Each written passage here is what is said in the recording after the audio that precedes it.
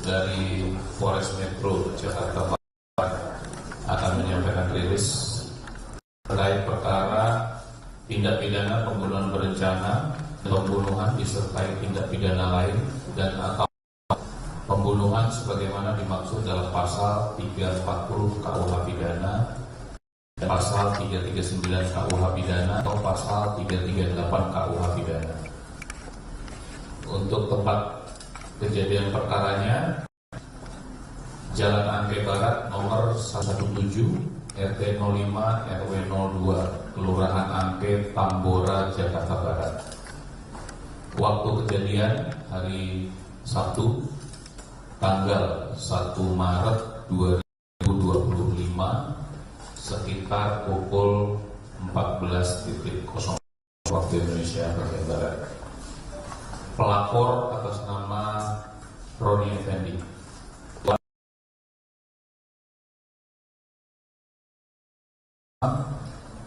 Atas nama Sio alias meninggal dunia ibu pelapor. Korban kedua Eka Serlawati meninggal dunia kakak pelapor. Pelaku Febri Arifin alias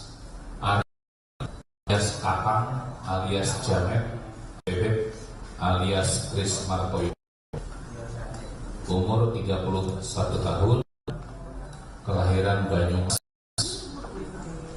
alamat di Jalan Angke Jaya, Kelurahan Angke, Kecamatan Tambora, Jakarta Barat. Yang diamankan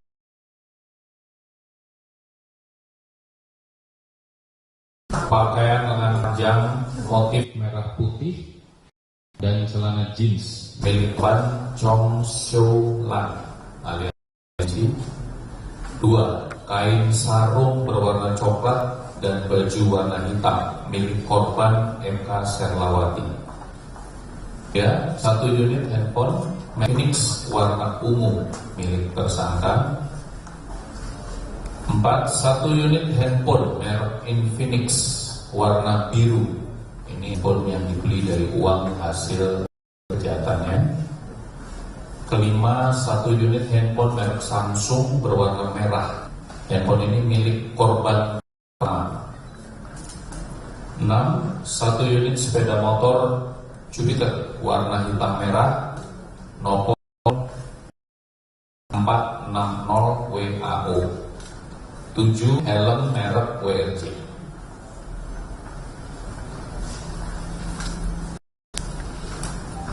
Untuk kronologis kejadian yang bisa kami sampaikan menurut pengakuan dari tersangka. Awalnya tersangka korban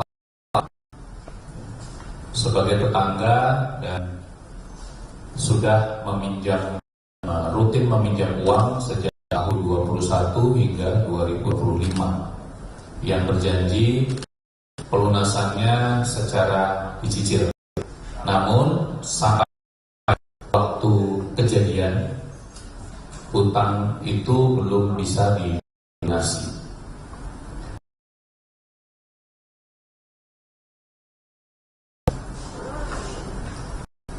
Korban juga percaya kepada tersangka, kepada pelaku, bahwa pelaku ini memiliki kemampuan yang lebih bisa memberi nasihat spiritual untuk menyembuhkan seseorang. Kemudian juga mengaku memiliki teman Kris Martoyo sebagai ada uang. Juga mengaku kenal seseorang dukun cari jodoh bernama Kakang.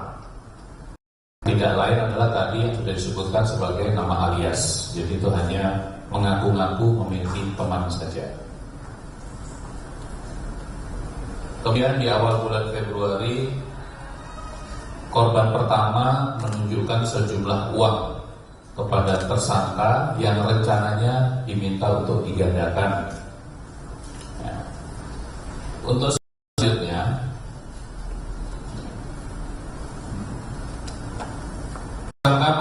menggunakan nomor handphone lain, menggunakan nomor telepon yang lain, mengaku sebagai Kris Martoyo atau dukun pengganda uang, dan juga menggunakan lain sebagai kakang, ini sebagai dukun pencari jodoh yang digunakan untuk mencarikan jodoh kakak korban, kakak pelapor korban kedua. Kemudian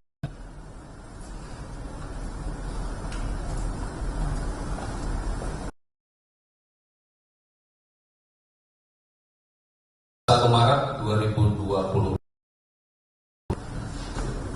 itu sudah ada kesepakatan atau berjanji untuk melakukan ritual oleh dukun tadi pencari jodoh dan melakukan juga penggandaan uang.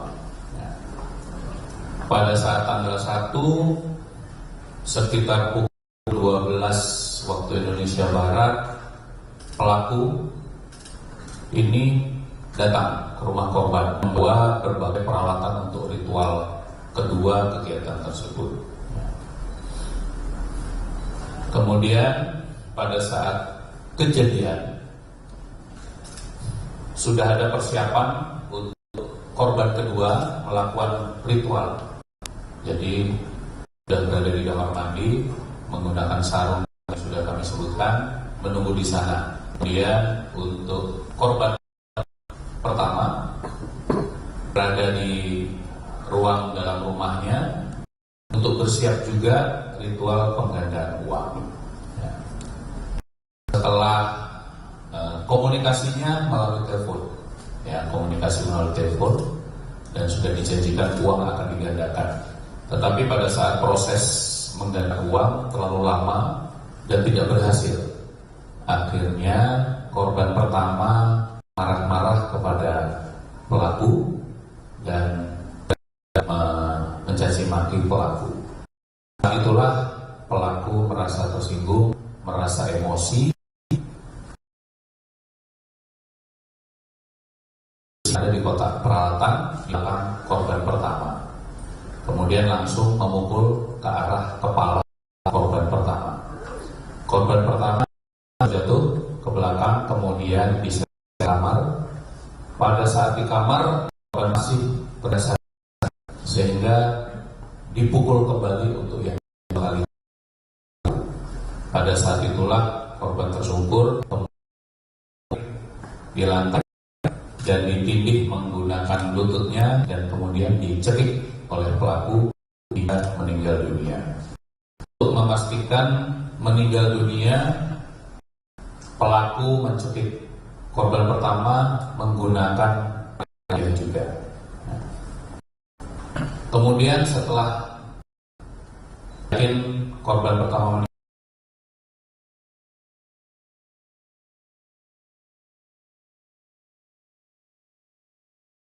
menutup pintu kamar. Setelah itu setelah itu pelaku sempat keluar di depan rumah sambil merokok sekitar 15 menit, memikirkan bagaimana supaya tidak ketahuan oleh korban kedua bahwa ibunya sudah meninggal dunia karena dibunuh oleh dia. Akhirnya setelah 15 menit pelaku masuk kembali ke dalam rumah dan langsung membawa besi ke dalam kamar mandi. Akhirnya langsung memukul juga di bagian kepala. Pada saat memukul di bagian kepala belum roboh, maksudnya belum meninggal dunia, korban sempat teriak tolong, kemudian dipukul lagi kemudian dipukul lagi di arah kepala, dan untuk meyakinkan korban kedua meninggal dunia, pelaku mencekik leher korban. Setelah yakin meninggal dunia, kemudian dibersihkan dan kedua korban di tempatnya masing-masing, yang satu di kamar dan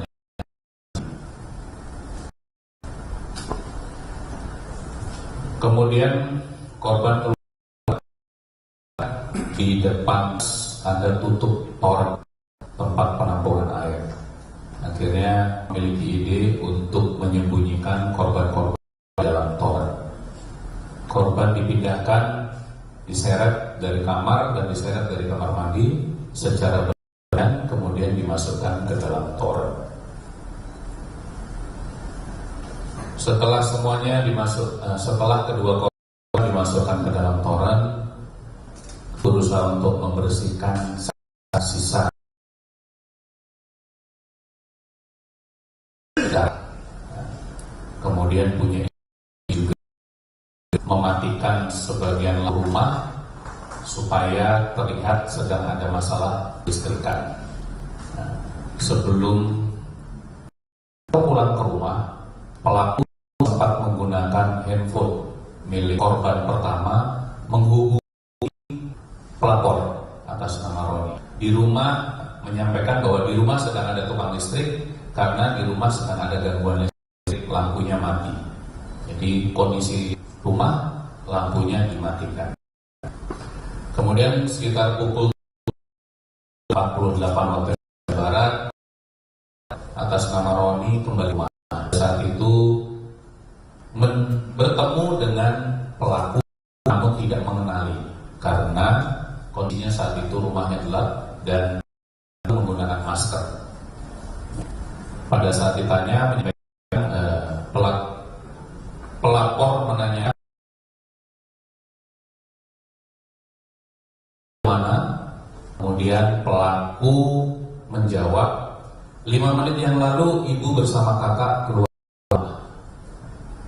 Setelah itu pelapor bernama Roni 1956 keluar rumah kembali menggunakan sepeda motor dan pelaku masih berada di dalam rumah.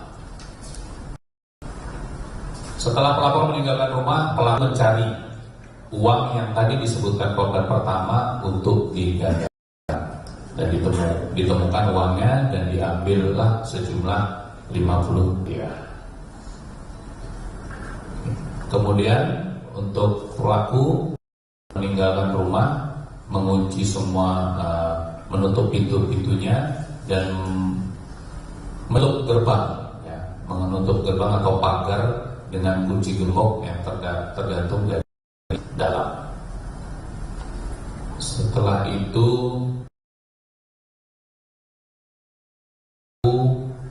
menuju Kalijodo di malam harinya untuk membuang pipa besi yang digunakan tadi untuk melumpuhkan dan untuk membunuh korban-korban. Pada tanggal 2 Maret sekitar pukul 4 waktu Indonesia bagian Barat, pelaku pulang kampung menggunakan sepeda motor, kemudian di daerah Cirebon membuang handphone Infinix milik korban pertama dan kemudian kembali ke kampungnya di Banyumas. Untuk pelaku berhasil diamankan di Banyumas pada tanggal 9 Maret 2025 sekitar pukul 23.30 waktu Indonesia bagian Barat.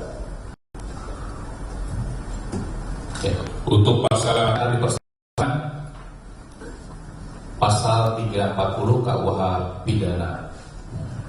Barang siapa dengan sengaja dan dengan rencana terlebih dahulu merampas nyawa orang lain diancam karena pembunuhan dengan rencana. Pasal 339 KUH pidana, pembunuhan yang diikuti, disertai atau didahului suatu perbuatan tidak pidana yang dilakukan dengan maksud untuk mempersiapkan atau mempermudah pelaksanaannya atau untuk melepaskan diri sendiri maupun peserta lainnya dari pidana dalam hal tertangkap tangan ataupun untuk memastikan penguasaan barang yang diperoleh secara melawan hukum. Yang ketiga, pasal 338 KUH pidana, barang siapa dengan sengaja merampas nyawa orang lain diancam karena pembunuhan. Dari pasal-pasal tersebut untuk ancamannya yang pasal 340 ancaman pidana mati atau pidana penjara seumur hidup atau paling lama 20 tahun. Untuk yang pasal 339 pidana seumur hidup atau selama waktu paling lama 20 tahun. Pasal 338 KUH pidana ancaman 15 tahun penjara. Ya, terima kasih. Itu yang bisa kami sampaikan untuk pengungkapan perkara ditemukannya 2 mayat ibu dan anak dalam toren penampungan air. Yes.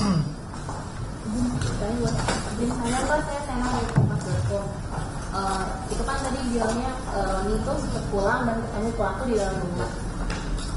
Ya, anaknya yang kedua Roni sempat pulang ketemu pelaku di dalam rumah.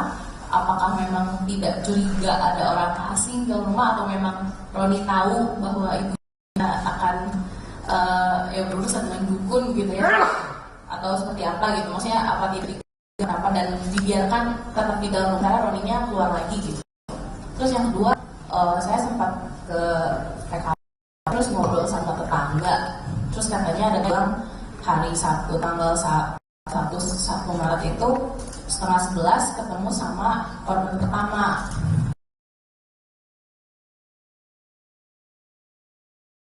Dan katanya ngakunya mau pulang kampung katanya gitu, tapi memang cuma bawa tas lempak kecil aja gitu, bukan kayak mau mudik bawa banyak barang. Itu apakah si korban pertama hendak mengambil uang yang 50 juta itu, atau ada penjelasan lain gitu? Baik, terima kasih Pak. Terima kasih. Pertanyaan pertama dulu saya jawab ya. Jadi terima kasih. Kami menjelaskan dari pertanyaan dari Mbak terkait saudara pelapor Roni ya pada saat siang hari itu di WA oleh tersangka saudara Febri menanyakan tentang keberadaan terkait dengan perjalanan pulang KUH. Namun untuk ibu yang mengaku tersangka bahwa ada perbaikan listrik di rumah. Jadi Roni sama sekali tidak curiga, makanya Roni kurang lebih jam 17.48. Lalu ada pertanyaan dari Roni yang dijelaskan oleh Pak Kapolres tentang keberadaan ibu ataupun kakaknya tersebut. Pada saat itu memang kondisi rumah gelap, jadi dikondisikan oleh tersangka Febri bahwa seakan-akan ada kerusakan listrik di rumah korban.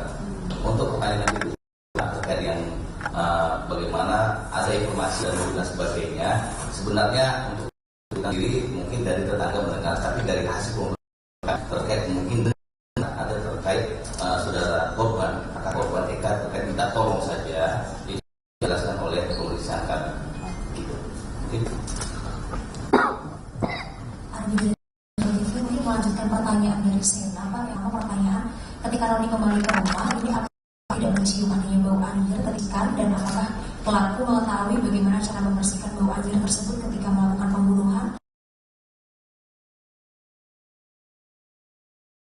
Barang bukti sempat disebutkan selain sepeda motor ada senapan angin.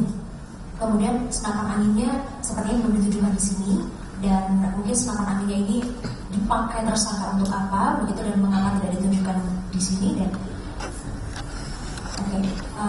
mungkin itu sebelum aja tidak saja.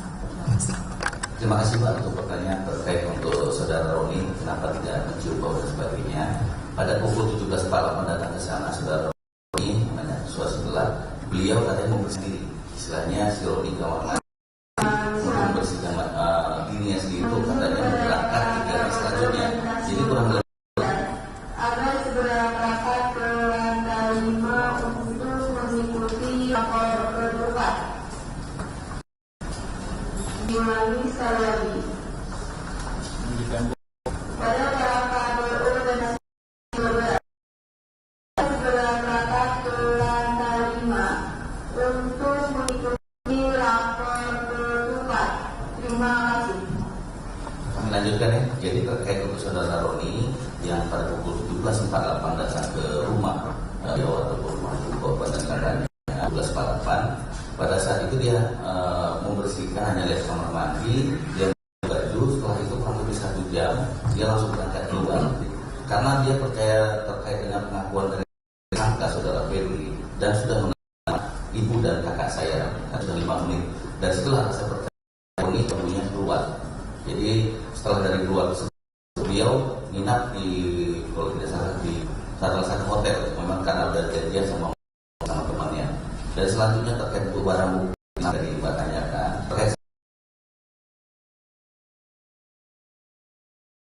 terkait untuk pada saat kami temukan beliau sedang mengikan di waduk. Jadi senapan angin itu digunakan untuk terkait untuk kegiatan memancing tersebut dan jadi bukan untuk menggunakan menghilangkan nyawa.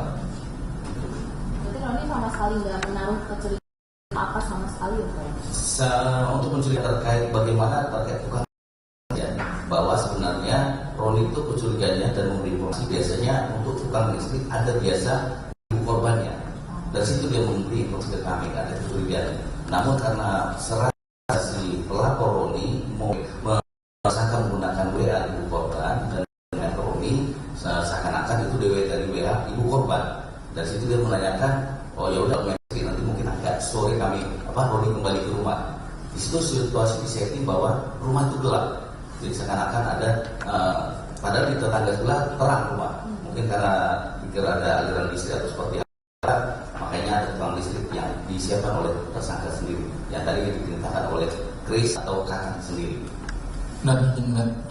Saya mendengar dari wartawan terkait pertama soal ilmu hitam. Nah itu ilmu hitam itu apakah memang dia pernah belajar atau memang ini hanya dia ngada-ngada dan kemudian apa yang membuat korban ini naik pipa karena selain maki-maki apakah ada ancaman akan dilaporkan polisi sehingga korban takut dan memilih untuk menghilangkan nyawa. Yang pertama, yang kedua terkait 50 juta. Nah ini uangnya habis atau masih tersisa? Terima kasih. Jadi awal perkenalan Febri dengan ibu korban, dia menceritakan bahwa ada kenalannya Chris Makoyo sebagai ibu pengada uang itu pertama. Yang kedua itu adalah dukun terkait untuk bagaimana untuk mencari jodoh. Makanya tadi sebenarnya ada satu orang tapi terkait dua orang lain.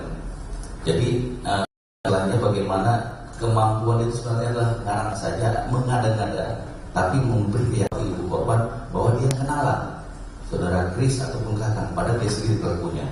Dan terkait untuk masalah yang digunakan dia sudah menggunakan terkait untuk pembelian sepeda motor, pembelian handphone dan ada memberikan terkait uang ke keluarganya gitu. Dan gini insiden apakah ada hubungan khusus antara korban dengan pelaku? Terus hutang apa sih yang diminta pelaku korban? Jadi hanya 2 pertanyaan saja. Jadi hubungan korban dengan pelaku. Jadi di sini dijelaskan dari Pak Kapolres bahwa pada tahun 2021 sampai 2025 itu sudah kenal. Jadi saudara Febri sudah meminjam kepada kepada ibu korban kurang lebih dengan total 90 juta rupiah. Namun untuk pembayaran dan sebagainya itu belum pernah dibayar sama sekali. Jadi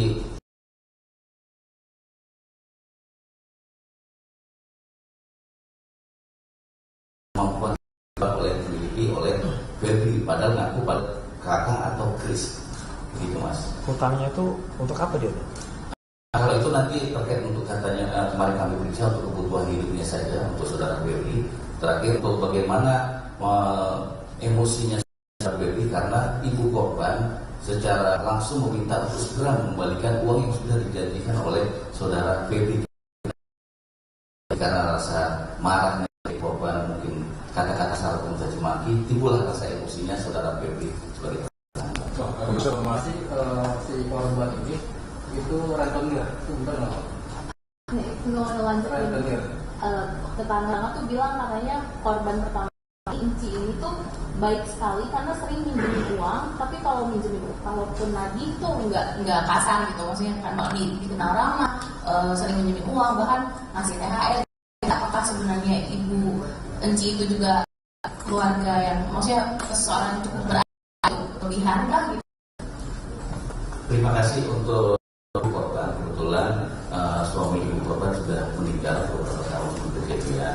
Sebenarnya dari ibu kedua korban sebagai ini sebenarnya sangat dermawan karena memang bukan sebagai rentenir, tapi karena rasa sosial beliau sendiri. Jadi ada tetangga-tetangga kalau ada butuh beliau meninggalkan tangan tanpa memaaf pada rumah ataupun namanya membebankan harus ada barang harus dijadikan dan tapi karena jiwa sosial ibu korban yang bisa dibilang mungkin minjam hanya 10-5 juta mungkin bukan dari keluarga berada tidak, tapi tapi karena rasa jiwa sosial ibu korban meminjamkan ke tetangga ataupun orang-orang yang membutuhkan.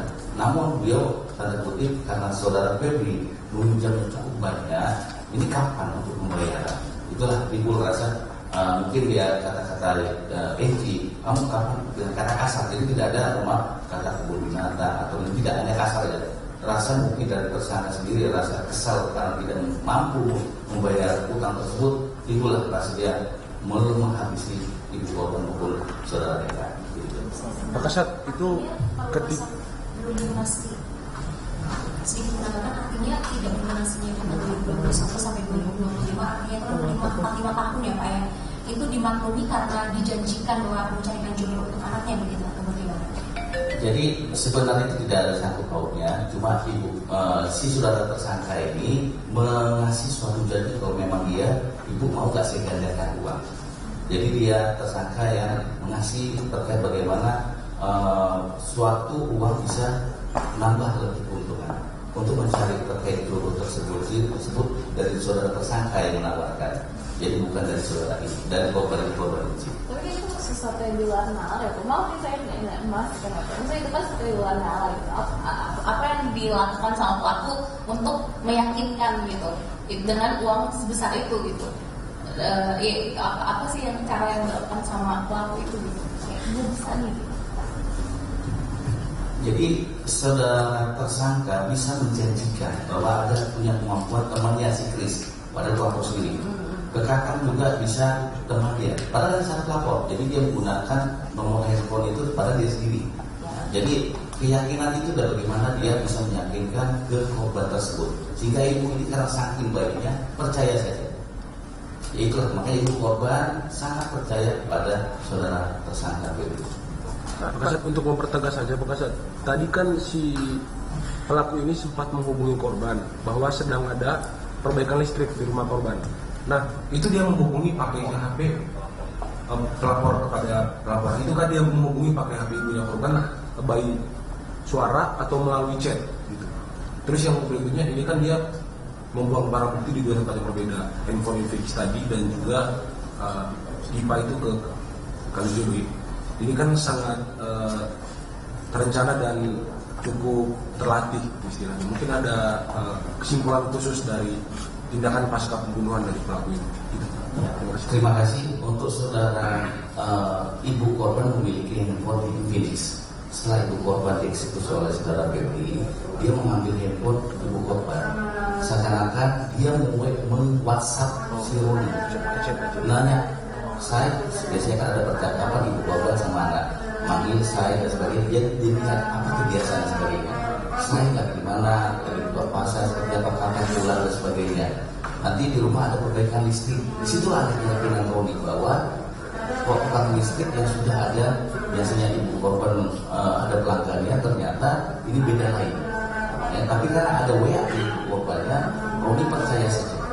Begitu ya. Jadi untuk terkait bagaimana tersangka sudah menyiapkan ataupun membuang barang bukti dan sebagainya, memang di sini sudah dikenakan pasal terkait dengan 340 sendiri bahwa ada unsur perencanaan dan tersangka tersebut. Dan barang bukti memang lagi daftar pencarian barang terkait pipa besi yang digunakan untuk membunuh ibu dan anak tersebut, dan infinitnya juga dibuang di daerah tersebut. Pak, mau konfirmasi lagi Pak satu hal. Kok Roni itu memang tinggal di rumah itu atau soalnya dia bilang dia tuh ngekos di luar. Kalaupun memang dia ngekos di luar, kenapa pada hari itu, hari Sabtu itu dia pulang, tapi dia karena masalah istri itu kenapa dia nggak stay di rumah aja kalau memang dia tinggal di rumah ya? Kenapa dia tidurnya di hotel gitu? Ya, ini. Oke, terima kasih. Karena pada saat datang Roni ke rumah yang biasa dia, di situ situasi rumah dalam padam. Berarti dia nggak stay di situ karena sedang mati lampu. Mati lampu, dan pengakuan dari tersangka bahwa bilang ibu dan kakaknya sudah keluar 5 menit lalu. Berarti dia memang tidak tinggal di sana Pak? Tinggal di sana, itu tersangka pelapor tinggal di sana. Namun karena ada kegiatan, dia kegiatan kantor dan sebagainya tinggal di daerah Uber. Begitu. Jadi pada saat kejadian itu memang ada janjiannya pelapor tinggal di luar. Namun karena tersangka men-setting bahwa ibu dan kakaknya sudah keluar 5 menit, Jadi itulah alasan terkait ya udah, karena dapat informasi dari WhatsApp-nya ibunya langsung. Padahal tersangkanya itu yang membuat WhatsApp itu terus. Gitu ya. Bapak satu lagi Pak.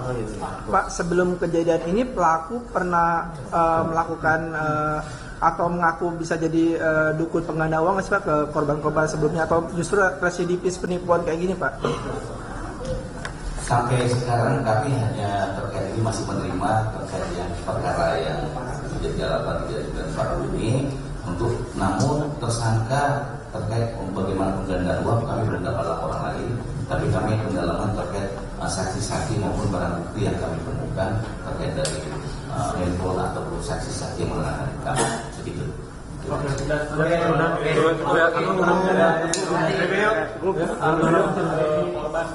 kira-kira pernah nggak dia nipu ke orang lain juga? Utangnya berapa ke korban? Pernah nggak dia nipu ke orang lain atau minjem ke orang lain juga?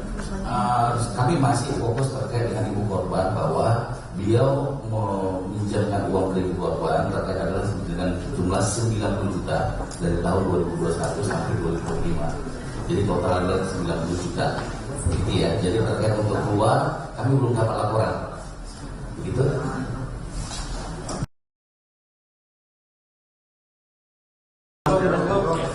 Motor.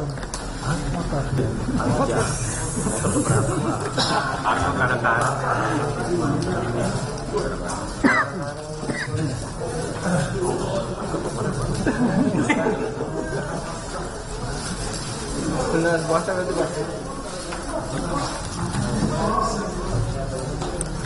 Tunggu matan. 1, 2, 3, tengah. Kiri Pak, kiri.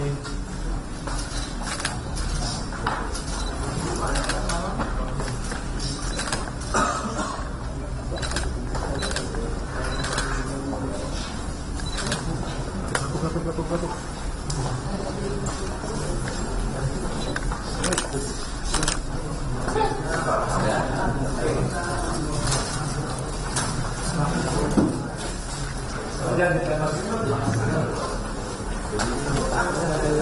Ya.